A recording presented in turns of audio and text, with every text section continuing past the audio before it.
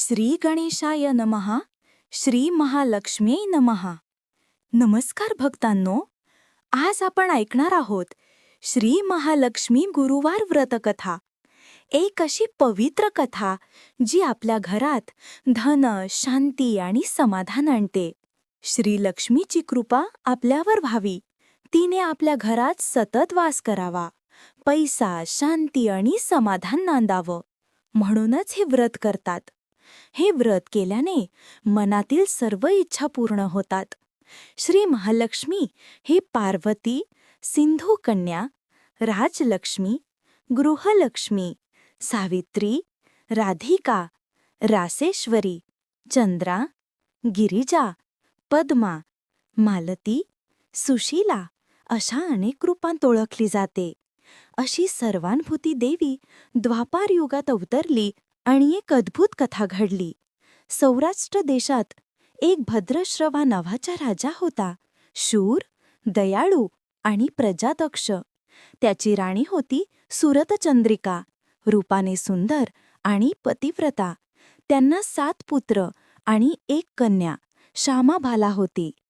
एके दिवशी श्री महालक्ष्मी मातेच्या मनात आले की मी या राजप्रासादात राहिले तर हा राजा अधिक सुखी होईल, त्याच्या राज्यात समृद्धी येईल.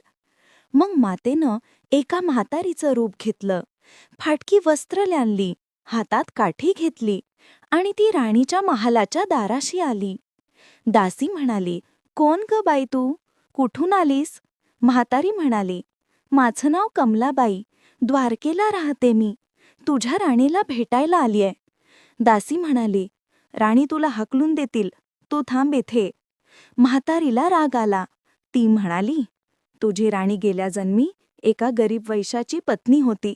त्यांचं आयुष्य दुःखाने भरलेलं होतं. मला दया आली आणि मी तिला लक्ष्मीव्रताचं रहस्य सांगितलं.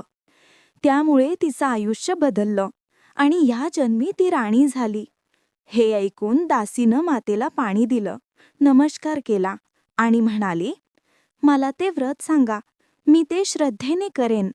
मातेनं तिला व्रताची माहिती सांगितली आणि निघून गेली. इतक्यात राणी बाहेर आली. तिनं म्हातारीला पाहताच संतापून म्हणाली, "कोण ग तू थेरडी? इथं काय करतेस? जा इथून लगेच." तिनं म्हातारीला हाकलून दिलं. ती म्हातारी म्हणजे स्वतः श्री महालक्ष्मीच होती. पण राणीला ते कळलं नाही. महालक्ष्मीनं न थांबता तिथून निघण्याचं ठरवलं. तेवढ्यात राजकन्या श्यामाबाला आली. तिने मातेला नमस्कार केला आणि म्हणाली, "आजी, माझ्या